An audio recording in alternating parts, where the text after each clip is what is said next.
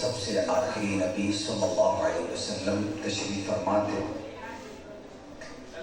ایک آنے والے حاضر ہوئے، انہوں نے اللہ کی بارگاہ میں دعا کرنے سے پہلے دو کام کیے: حمد و ثنا، اللہ پاک کی تعریف کی، اور دوسرا نمبر رسول اعظم صلی اللہ علیہ وسلم پر درود و سلام بھیجا۔ ابھی انہوں نے کچھ مانگنا تھا، مانگا نہیں ہے، دعا نہیں کی، سوال نہیں کیا، اس سے پہلے یہ دو کام کیے۔ ان کا یہ عمل رسول پاک صلی اللہ علیہ وسلم ملاحظہ فرما رہے تھے۔ پیارے آقا صلی اللہ علیہ وسلم نے ان کے ان دو کاموں کے بعد حمد و ثنا، رب تعالیٰ کی تعریف، اور رسول پاک صلی اللہ علیہ وسلم پر درود و سلام، یہ عمل جب دیکھا، اب وہ سوال اللہ کی بارگاہ میں دعا کرنا چاہتے تھے۔ پیارے آقا صلی اللہ علیہ وسلم نے ارشاد فرمایا، سل تعطا، مانگ تجھے دیا جائے گا، سوال کر تجھے عطا کیا جائے گا۔ اس کا مطلب کہ ہم اگر قبولیت دعا کے خواہاں ہیں، خواہش مند ہیں کہ دعا قبول ہو، تو اس کا ایک ادب یہ ہے کہ دعا سے پہلے حمد و ثنا کریں، اللہ پاک کی تعریف کریں، رب کی شان بیان کریں، حمد بیان کریں، اور رسول پاک صلی اللہ علیہ وسلم پر درود و سلام بھیجیں، تو ہماری وہ دعا اللہ کے فضل و کرم سے ضرور قبول ہوگی۔ جیسے ایک مثال دے دیتا ہوں آپ کو میں، جیسے ابھی کوئی دعا کرنا چاہتا ہے تو ہم دعا سے پہلے کیا پڑھتے ہیں؟ الحمدللہ رب العالمین والصلاة والسلام علی سید الانبیاء والمرسلین۔ اس میں حمد بھی ہے اور درود و سلام بھی ہے۔ اب اللہ پاک سے مانگے، دنیا کی نعمت ہے، آخرت کی ہے، دنیا کی بھلائی، آخرت کی بھلائی۔ کوئی اولاد کی طلب رکھتا ہے، وہ اللہ کی بارگاہ میں مانگے۔ کوئی فرما برداری چاہتا ہے اولاد کی، وہ اللہ کی بارگاہ میں مانگے۔ کوئی آخرت کی نعمت چاہتا ہے، وہ اللہ کی بارگاہ میں مانگے۔ کوئی حرمین طیبین کی حاضری چاہتا ہے، وہ اللہ کی بارگاہ میں مانگے۔ طواف خانہ کعبہ کی لذتیں چاہتا ہے، وہ اللہ کی بارگاہ میں مانگے۔ رسول اعظم صلی اللہ علیہ وسلم کے دربار پر نور کے اندر، حضور اعظم صلی اللہ علیہ وسلم کی بارگاہ کے اندر حاضری بازوق باشوق رکت والی مانگتا ہے، مانگنا چاہتا ہے تو وہ مانگے، لیکن پہلے حمد کرے، ثنا بیان کرے، درود و سلام پڑھے۔ اب دنیا و آخرت کی خیر اور بھلائی کا سوال اللہ کی بارگاہ میں کرے، رب اپنے فضل سے ضرور عطا کرے گا۔ یہ درود و سلام کی فضیلت میں حدیث آپ کے سامنے میں نے رکھی۔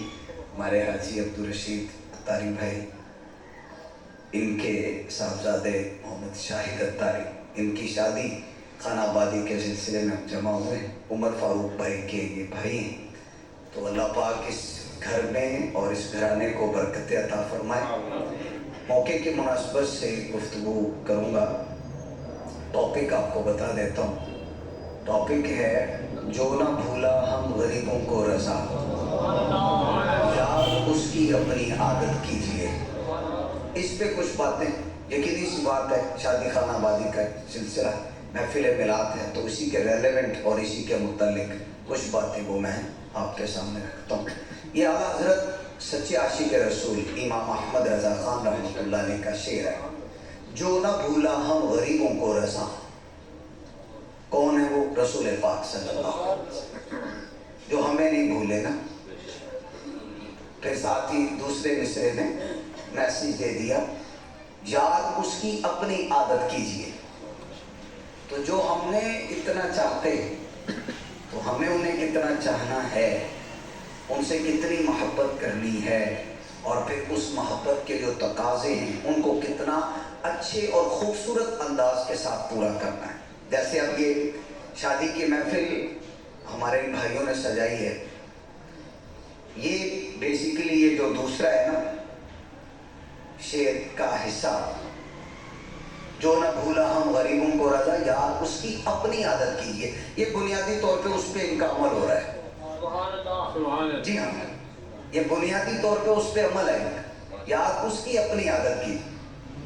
تو محفل میلاد ہے، محفل نعت ہے، اس رات میں تیل مہندی کے نام پہ جو کچھ ہماری سوسائٹی کے اندر ہوتا ہے وہ کسی سے چھپا ہوا نہیں ہے. تو یاد اس کی اپنی عادت کیجیے. جو پیارے آقا صلی اللہ علیہ وسلم ہم سے پیار کرتے ہیں، ہمیں نوازتے ہیں، ہمیں عطا کرتے ہیں، ہمارا مشکل میں آنا ان پر گراں گزرتا ہے. ایک باپ کیا پریشان ہوتا ہوگا اپنے بیٹے کو مشکل میں دیکھ کر، جتنا رسول پاک صلی اللہ علیہ وسلم فکر مند ہوتے ہیں امتی کی پریشانی کو دیکھ کر. کتنا لطف، کتنا پیار، کتنی محبت، کتنا چاہتے ہیں. قرآن کریم میں اللہ کریم ارشاد فرماتا ہے عزیز علیہ ما عنتم حریص علیکم بالمؤمنین رؤوف الرحیم. اس مقام پر 3 شان رسول پاک علیہ السلام کی رب نے بیان کی. نمبر 1، تمہارا مشکل میں آنا رسول پاک علیہ السلام پر گراں گزرتا ہے. مشکل امتی مشکل میں آتا ہے تو رسول پاک علیہ السلام محسوس کرتے ہیں.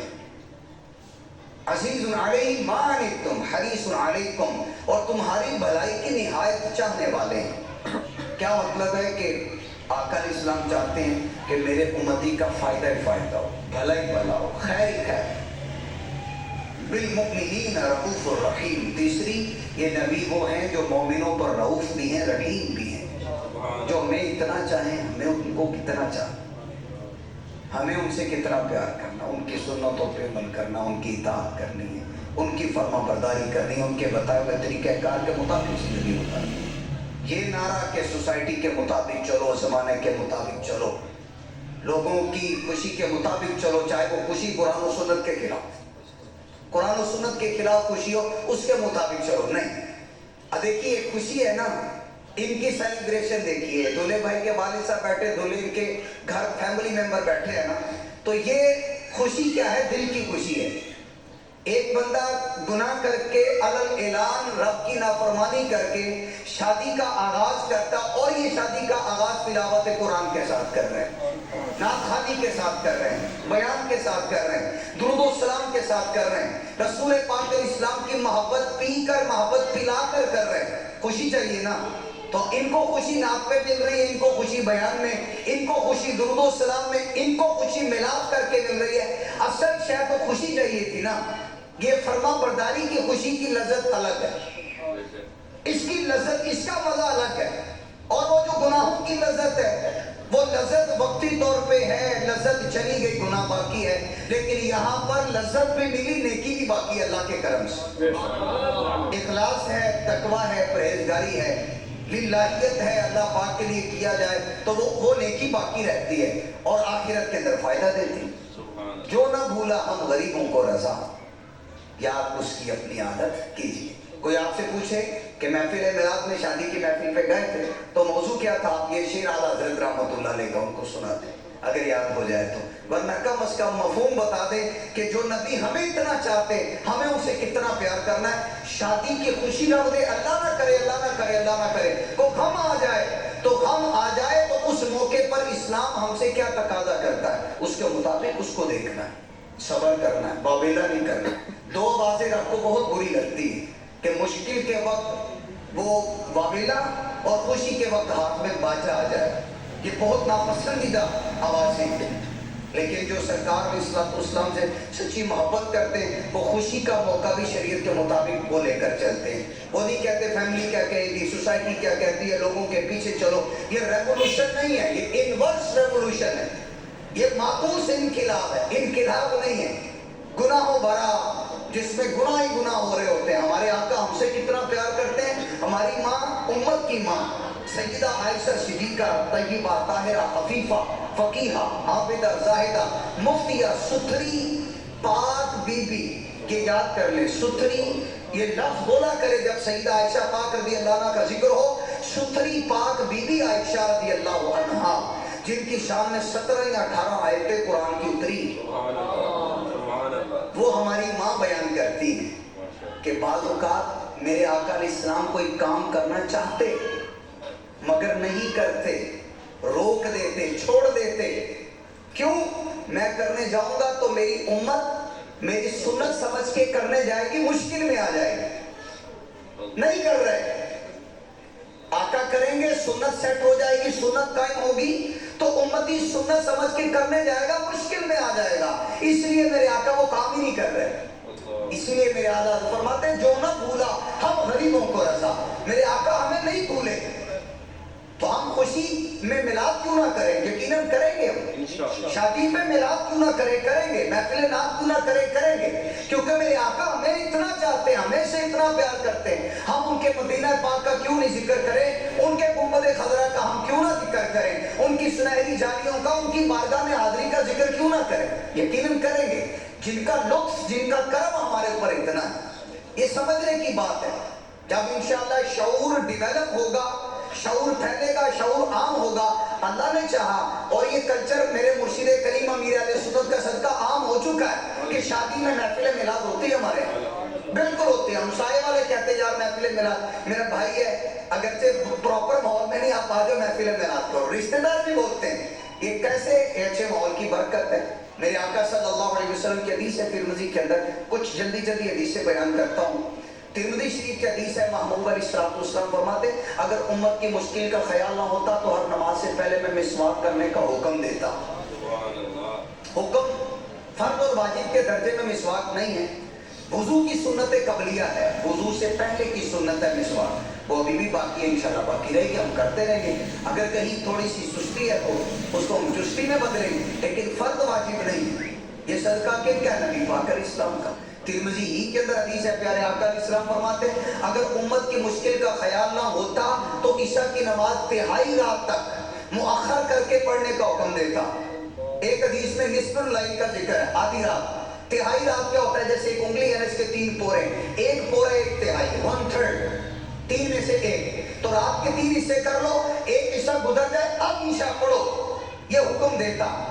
اگر یہ دیا جاتا, مشکل میں آ جاتے تو رسول پاک صلی اللہ علیہ وسلم نے ہماری خاطر یہ حکم نہیں دیا. اسی کی طرف میرے رضا اعلیٰ حضرت رحمت اللہ علیہ اشارہ فرماتے ہیں جو نہ بھولا ہم غریبوں کو رضا. آقا تو ہمیں بھولے ہی نہیں. ایک اور مثال بڑی انٹرسٹنگ دیتا ہوں. دیکھیے تراویح کی نماز سنت موقدہ ہے, باجماعت پڑھنا سنت موقدہ للکفایہ ہے, فرض نہیں ہے, واجب نہیں, لیکن سنت موقدہ ہے. اگر کوئی چھوڑنے کی عادت بنائے گا گناہگار ہوگا. رمضان میں جو نماز تراویح ہے, چھوڑنے کی عادت بنانے والا گناہگار ہے. ایک آدھ مرتبہ چھوڑ جائے پکڑ نہیں ہے, عادت برا ہے, اساءت ہے, گناہگاری ہوگی. فرض اور واجب نہیں ہے. یہ کن کا صدقہ ہے؟ یہ بھی میرے آقا علیہ السلام کا صدقہ ہے. ورنہ یہ تراویح بھی فرض ہو جاتی, لازم ہو جاتی. میرے آقا نے نرمی کی. اس کی مثال حدیث سے دیتا ہوں. بخاری مسلم کی متفق علیہ حدیث ہے, یعنی دونوں کتابوں میں موجود ہے کہ پیارے آقا علیہ السلام ایک مرتبہ رات کی نماز پڑھ رہے تھے. رات کا مطلب ہے عشاء نہیں, عشاء تو باجماعت مسجد نبوی شریف میں پڑھ چکے. شارحین نے جو حدیث کی انٹرپریٹیشن کرتے ہیں, تشریح کرتے ہیں, انہوں نے بیان کیا کہ وہ تراویح کی نماز تھی, پیارے آقا علیہ السلام اکیلے پڑھ رہے ہیں. ایک صحابی گزرے, ان کی نظر محبوب علیہ السلام کے چہرہ اقدس پہ پڑی, وہ پیچھے آ کے کھڑے ہو گئے. یعنی انٹینشن کوئی نہیں تھی, پہلے پراپر پلان نہیں تھا کہ باجماعت نماز قائم ہوگی تو وہ کھڑے ہوں گے پیچھے آ کے, نہیں, ویسے کھڑے ہو گئے. انہوں نے باہر جا کے بتا دیا کہ رات میں نے نبی پاک علیہ السلام سے یوں برکتیں لی, دوسری رات تعداد زیادہ ہو گئی, تیسری رات تعداد اور زیادہ ہو گئی, 3 راتیں محبوب علیہ السلام تشریف لاتے رہے, نماز پڑھتے رہے, صحابہ کرام پیچھے کھڑے فیض لیتے رہے. 3 راتیں تشریف لائے, چوتھی رات محبوب علیہ السلام تشریف نہیں لائے, حجرہ اقدس سے باہر ہی نہیں آئے.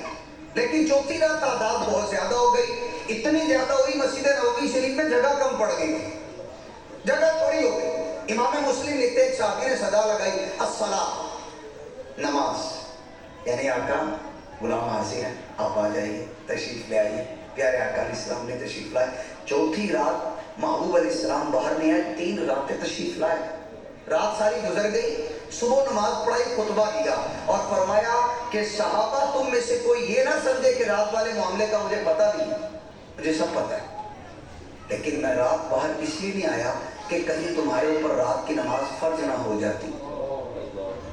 آپ خود بتائیے کتنے مہمان یہاں پہ جمع ہیں, تھوڑا سا آگے تشریف لے آئیے. رسول پاک علیہ السلام کی ظاہری آیات طیبہ میں باجماعت مسجد میں نماز پڑھنے جاتی تھی. جی ہاں, پہلے مرد ہوتے تھے, ان کی کمپلیشن کے بعد پیچھے اور بچے, آخر میں عورتیں ہوتی تھی. یہ نہیں کہ کندھے کے ساتھ کندھا جڑا ہوا ہے, یوں نہیں جیسے آپ سو کالڈ اسکالر ٹیلی ویژنس کے اندر آ کے نماز جنازہ پہ لوگوں کہتے ہیں عورت مرد اکٹھے ہو جائے, کوئی مسئلہ نہیں ہے, اس طرح کی حرکتیں کرتے. ایسا نہیں تھا, پہلے مرد, بچے, اینڈ میں عورتیں. یہ رہا سلسلہ، جی ہاں، باجماعت 5 وقت کی نماز کے لیے، اور یہی عمل مسلمانوں کے پہلے خلیفہ نبیوں رسولوں کے بعد کل کائنات میں افضل ترین نسل صدیق اکبر رضی اللہ عنہ کے دور میں بھی یہی تھا۔ دوسرے خلیفہ امیر المومنین حضرت عمر فاروق اعظم رضی اللہ عنہ، جب زمانہ آپ کا آیا، حالات بدل گئے، آپ نے فتویٰ دیا، آرڈر دیا کہ کوئی عورت مسجد میں نہیں آئے گی، گھروں میں رہے، اور آج بھی یہی حکم ہے، آگے بھی یہی ہوگا۔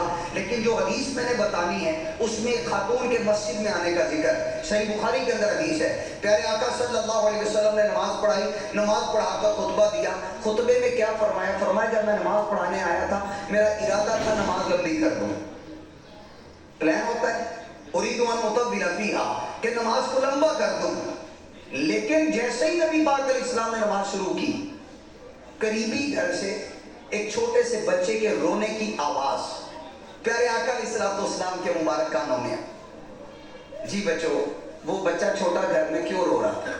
کوئی آخر سے بتائیں، جو شاید بھائی کے بچوں میں سے کوئی بتائے نا، ذرا دلچسپی بھی برقرار رہے گی۔ جی ماشاء، چلیے آپ بھی بتائیے۔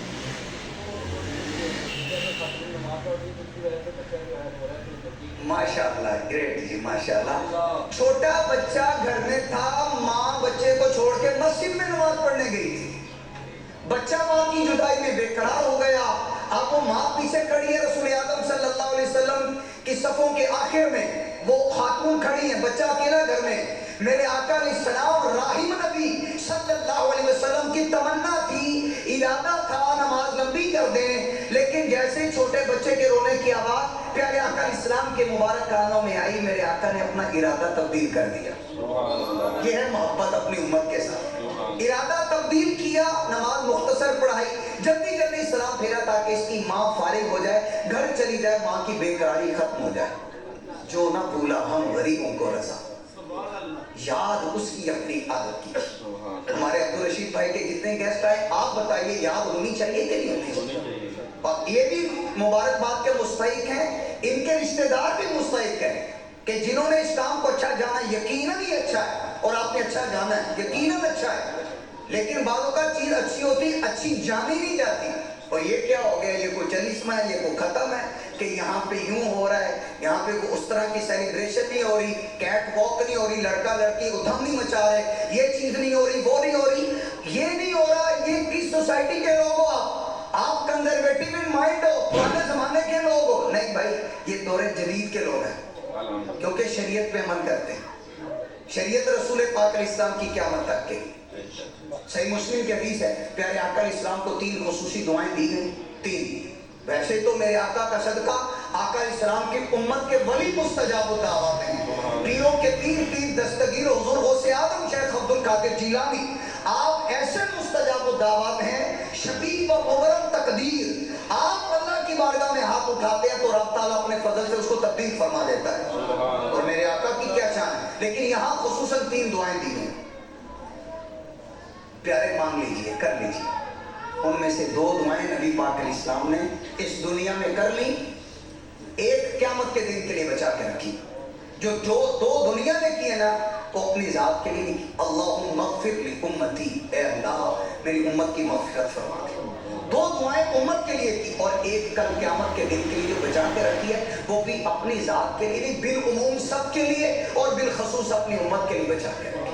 اس حدیث کو لکھنے کے بعد میرے اعلیٰ حضرت رحمت اللہ علیہ فرماتے ہیں، غور تو کرو اے دیوانو، غور کرو نبی پاک علیہ السلام تم سے کتنا پیار کرتے ہیں کہ 3 دعائیں تھیں، ان میں سے ایک بھی دعا نبی پاک علیہ السلام نے اپنے لیے نہیں کی، 2 دنیا میں کر دی، ایک آخرت کے لیے بچا کے رکھی، دنیا میں بھی اپنی امت کے لیے، آخرت کے لیے بھی اپنی امت کے لیے بچا کے رکھی، جو نہ بھولا ہم غریبوں کو رضا، یاد اس کی اپنی عادت۔ نعرہ تکبیر، نعرہ رسالت،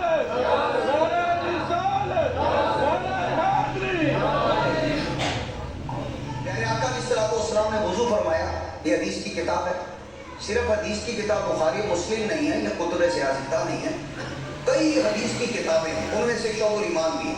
پیارے آقا صلی اللہ علیہ وسلم نے وضو فرمایا، آپ کے چہرے اقدس سے جو پانی جدا ہوا وہ زمین پر نہیں آتا تھا، صحابہ کرام علیہ رضوان اپنے ہاتھوں پہ لے لیا کرتے تھے، اپنے چہرے پہ مس کیا کرتے تھے۔ میرے آقا علیہ السلام نے پوچھا صحابہ یہ کیوں کر رہے ہیں آپ، کس چیز نے ابھارا ہے؟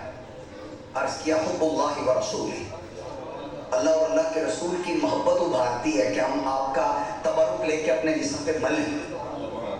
اب پیارے آقا علیہ السلام نے فرمایا جسے یہ پسند ہو کہ وہ اللہ اور اللہ کے رسول سے محبت کرے یا اللہ اور اللہ کے رسول اس سے محبت کریں، اس کو چاہیے جب بات کرے تو سچ بولے، امانت میں خیانت نہ کرے، اپنے ہمسائے کا خیال کرے. یہ ہے صحیح عشق رسول، یعنی پریکٹیکلی اپنی زندگی کے اوپر شریعت کے احکامات لازم کیے جائیں. جیسے اب شاہد بھائی شادی کے بندھن سے بندھنے جا رہے ہیں، ان کے لیے اور آپ میں سے جو میرڈ خصوصاً نوجوان بیٹھے، آپ سب کے لیے کچھ باتیں حدیث آج کی روشنی میں عرض کرتا ہوں. جس شخص کو 4 چیزیں مل گئی، دنیا و آخرت کی بھلائیاں مل گئی، حدیث 4 چیزیں کاؤنٹ کر لیں، یاد کریں. نمبر 1، ذکر کرنے والی زبان، شکر کرنے والا دل، صبر کرنے والا جسم، نیک بیوی. 4 چیزیں دنیا و آخرت کی بھلائیوں میں شمار ہوئی. اس کو دنیا اور آخرت کی بھلائیاں مل گئی. ذکر کرنے والی زبان جس کے پاس، اللہ کا ذکر، نبیوں کا ذکر، صحابہ کا ذکر، اہل بیت کا ذکر، غوث پاک کا ذکر، داتا علی حجویری رحمۃ اللہ علیہ کا ذکر، اولیاء کا ذکر، اعلیٰ حضرت امام احمد رضا خان رحمۃ اللہ علیہ کا ذکر. اللہ کے نبیوں کا ذکر ذکر الہی ہی ہے. رسول پاک علیہ السلام کا ذکر اللہ ہی کا ذکر ہے. ذکر والا اور شکر کرنے والا دل، یہ بہت امپورٹنٹ بات. شوہر بھی شاکر ہو، بیوی شاکرہ ہو. شکر کرنے والی باپ بھی شکر گزار ہو، بیٹا بھی شکر گزار، بہن بھائی بھی شکر گزار. ان کی زبان پر شکر ہو. کوئی آپ سے ہاتھ پوچھے اللہ اور اللہ کے رسول کا بڑا کرم ہے یار. اچھا بچے کیسے ہیں؟ الحمدللہ. کاروبار کیسے چل رہا ہے؟ اللہ الحمدللہ. شادی کا ایونٹ اچھا چل رہا ہے؟ الحمدللہ. سارے بول رہے. کوئی شکوے کی پٹی ماتھے پہ نہیں لگی ہو. شکر شکر شکر. جب گھر کا ہر فرد شکر کر رہا ہو، اس گھر میں رحمتوں کا نزول کیسا ہوتا ہو. لَئِن شَكَرْتُمْ لَأَزِيدَنَّكُمْ. رب فرماتا ہے اگر تم شکر کرو گے تو میں اور اس میں اضافہ کر دوں گا. شکر میں تو برکت ہے. اور صبر کرنے والا جسم، چونکہ زندگی کے ساتھ مشکلات بھی ہیں. اگر اللہ نہ کرے تو مشکل آ جائے تو پھر صبر، ٹالرنس، پیشنس، تحمل، بردباری، اس کو اختیار کیا جائے. اور نیک بیوی، یہ مین ایک کی پوائنٹ ہے اور کمپوننٹ ہے. اہم ایک پلر ہے، گھر کا ایک پلر ہے خاتون. اور ایک حدیث میں آیا کہ 3 چیزیں آدمی کی خوش قسمتی کی علامت ہے. آپ وہ نوٹ کر لیں. 3 چیزیں کون سی ہیں؟ کر رہے ہو؟ نمبر 1، اچھا گھر، اچھی سواری، نیک بیوی.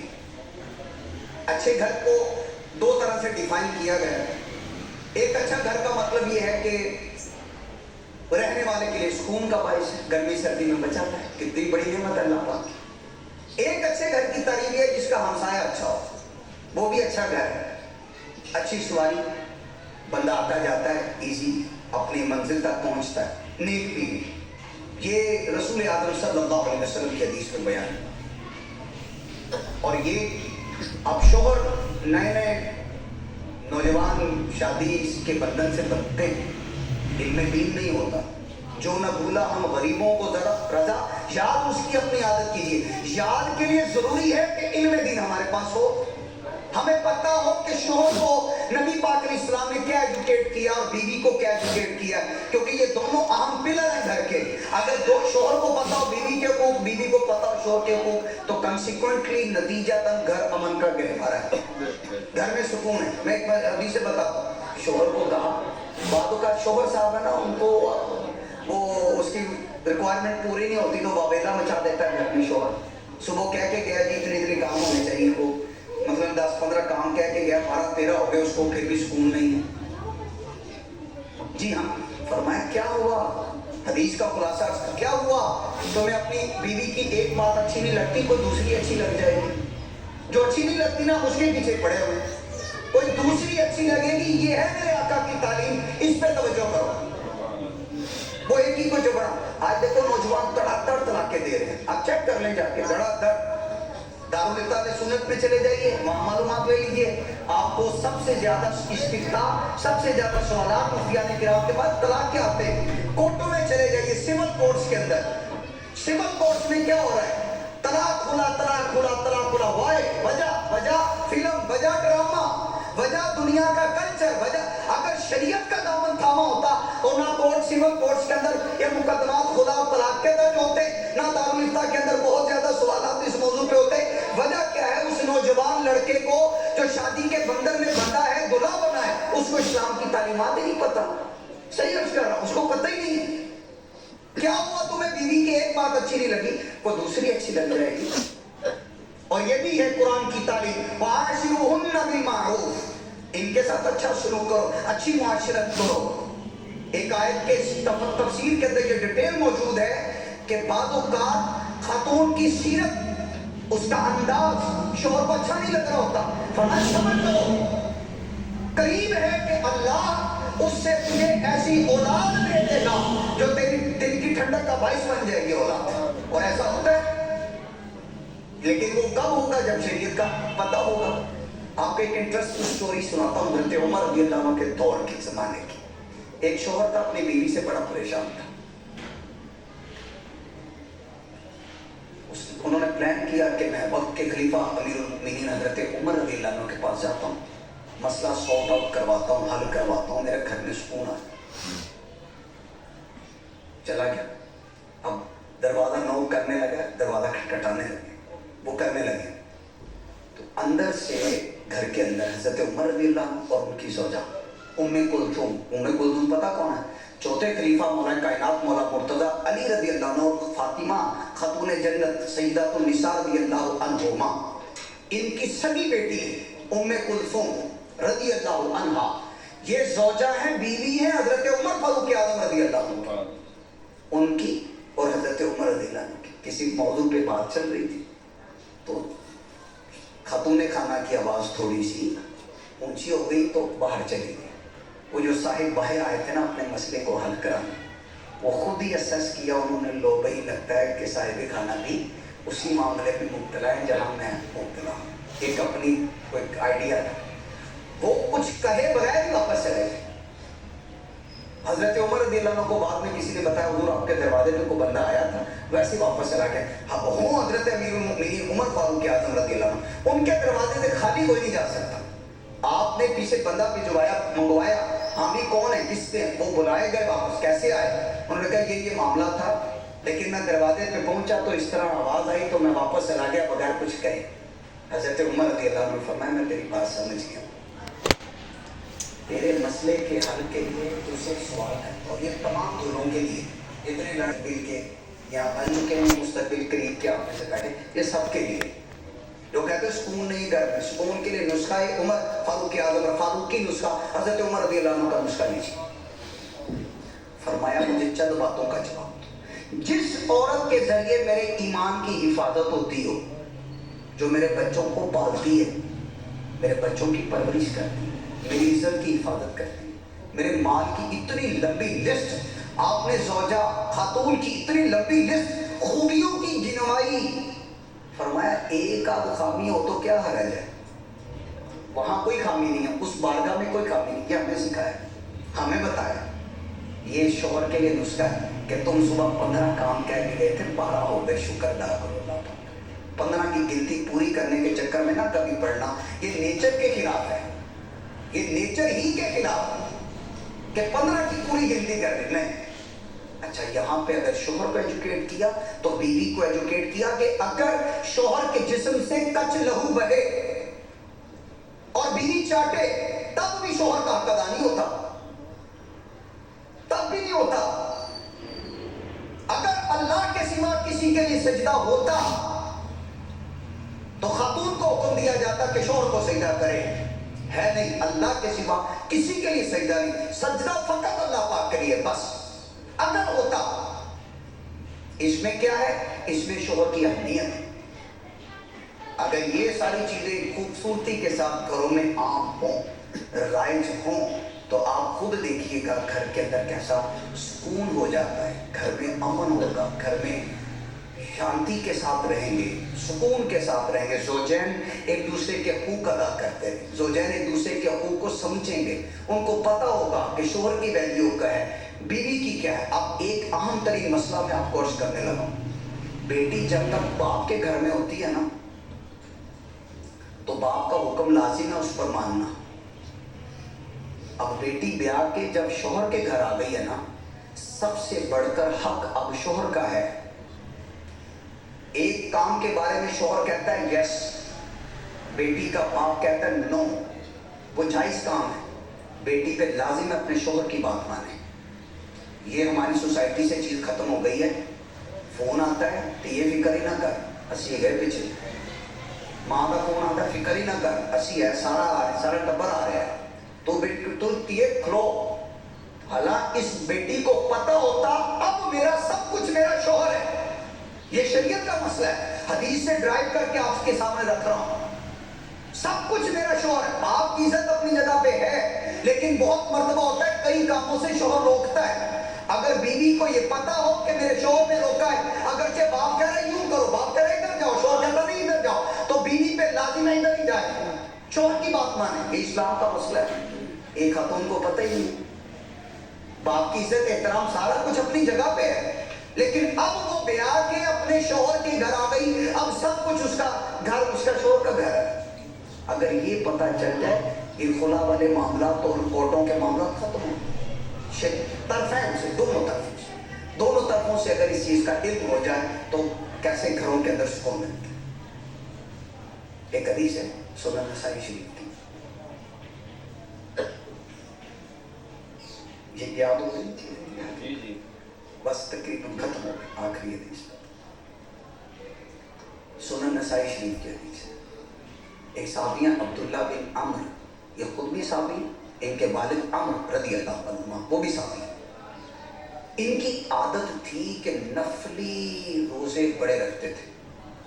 رات کو جاگتے دن کو روزہ، رات کو جاگتے دن کو روزہ. نفلی فرض روزہ رکھنا ہے اس پہ تو کلام ہی نہیں. نفل کی کثرت. میرے آقا صلی اللہ علیہ وسلم کو پتہ چل گیا کہ عبداللہ بن عمر راتوں کو جاگتے ہیں، دن کو روزہ رکھتے ہیں اور لگاتار رکھتے ہیں. پیارے آقا صلی اللہ علیہ وسلم نے نورانی قدم ان کے گھر پہ لگائے کہ اور وقت جاگتے ہیں. پیارے آقا صلی اللہ علیہ وسلم تشریف لائے، فرمایا مجھے پتہ چلا ہے کہ عبداللہ آپ ساری رات جاگتے ہو، دن بھر روزہ رکھتے ہو. عرض کیا جی یا رسول اللہ ایسا کرتا ہوں صلی اللہ علیہ وسلم. سنیے پیارے آقا علیہ السلام نے فرمایا ہرگز ایسا نہیں کر، ہرگز نہیں کر. حالانکہ نفل تہجد بڑی اچھی چیز ہے، نفلی روزہ بہت اچھی چیز ہے، لیکن وہ کثرت سے راتوں کو جاگتے، قیام کرتے، دن بھر روزہ رکھتے تھے نفلی کثرت سے. اس حدیث کے ذریعے بھی ہم جیسوں کو تعلیم دی گئی ہے، ہمیں سکھایا. فرمایا ہرگز، تاکیداً فرمایا ہرگز ایسا نہیں کرنا. بلکہ کیا کرنا ہے؟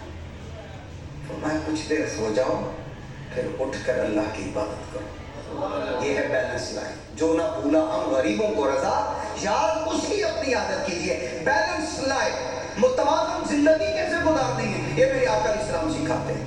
فرمایا کچھ دیر سو جاؤ، پھر اٹھو، اللہ کی یاد کرو. کبھی روزہ رکھ لو، کبھی چھوڑ دو. پھر فرمایا تم پر تمہاری آنکھ کا بھی حق ہے، تم پر تمہارے جسم کا حق ہے، تم پر تمہاری بیوی کا حق ہے، تم پر تمہارے دوستوں کا حق ہے، تم پر تمہارے مہمانوں کا حق ہے.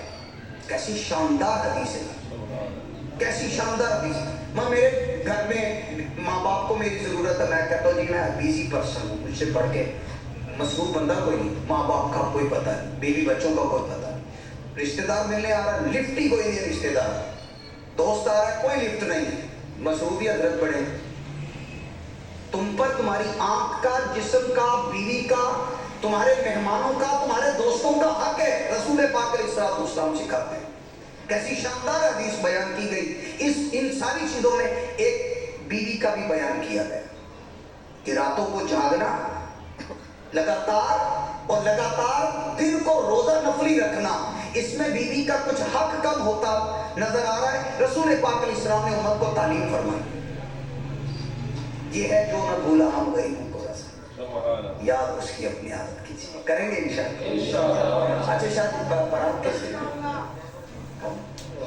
ہفتے، تو کیا برات جس دن جاری ہوتی ہے تو اس دن نماز اس دن بھی تو پڑھتے ہیں نا نماز. جس دن ولیمہ ہو اس دن بھی پڑھتے. اچھا رات کو اگر لیٹ نائٹ جیسے اب محفل میں یہ ٹائم ہو تو صبح فجر بھی پڑھنی. اب تو ایسا شاندار ایسا دلہا ہو، دلہا پاورفل ہونا چاہیے، نماز کا ٹائم اعلان کر دے, نماز ہے, چلو بھائی سارے دولہے صاحب خود ہی جماعت کروائیں. ایسے دولہے کو میں جانتا ہوں جنہوں نے اپنی بارات پہ خود ہی جماعت کروائی. کہاں جا کے, جہاں بارات گئی تھی وہاں گئی, مسجد میں گئے, لاڑا صاحب پورے جو وہ جو چیزیں پہنی ہوتی ہیں شیروانی, تو امام صاحب امپریس ہو گئے کہ دولہے میاں ود برات مسجد میں باجماعت نماز پڑھنے کے لیے آئے, باجماعت ٹائم کا خیال. تو امام صاحب نے اپنا مسلح چھوڑ دیا, دولہے کو آگے کر دیا, آپ دعا کر. تو یہ انشاءاللہ ماشاءاللہ ماحول یہاں دعوت اسلامی کا فضان عام ہے. یقیناً برات والے دن بھی اور ولیمے کے دن بھی اور آج کی صبح جو آ رہی ہے انشاءاللہ الکریم اس پہ بھی ہم نے ساری نمازیں پڑھنی ہیں. جتنے مہمان جمع ہوئے سارے نیت کر لے پکی سچی نمازیں پڑھنی ہیں. میرے آقا اسلام کے دہن اقدس سے جو آخری بات نکلی تھی نا, آخری بات, آخری کلام, فائنل ورڈز, اس کے بعد کوئی حکم نہیں دیا میرے آقا اسلام. پردے میں چلے گئے, روزہ طہر میں چلے گئے, وصال با کمال ہو گیا, اس کے بعد کوئی حکم نہیں دیا. آخری بات پتہ کیا تھی؟ الصلاۃ وما ملکت ایمانکم, فرمایا نماز. آخری بات یہ فرمائی نماز. نماز, نماز کو پکڑ لو, نماز کا اہتمام کرو. اتنی اہم ترین عبادت نماز کے اس کے بعد میرے آقا علیہ السلام نے ظاہری آیات طیبہ میں کوئی حکم نہیں دیا, وصال ہو گیا. اتنی اہم چیز ہے نماز, اتنی اہم عبادت ہے نماز. تو جو مرضی ہو خوشی کا موقع اللہ پاک نے عطا کہ انشاءاللہ الکریم نماز ادا کریں گے. موضوع صرف بتا دیں کیا تھا ہمارا, جو نہ بھولا ہم غریبوں کو رضا, یاد اس کی اپنی. میں دولہے بھائی کے لیے دل سے دعا کروں, ان کے والد صاحب کے لیے بھی, ان کے لیے ان کے بھائی عمر فاروق کے لیے, اللہ پاک ان کی شادی خانہ آبادی فرمائے, خوشیوں سے ان کی جھولیاں بھر دے, نعمتوں سے بھر دے, دارین کی سعادتیں ہم سب کو عطا فرمائے. واخر دعوانا ان الحمدللہ رب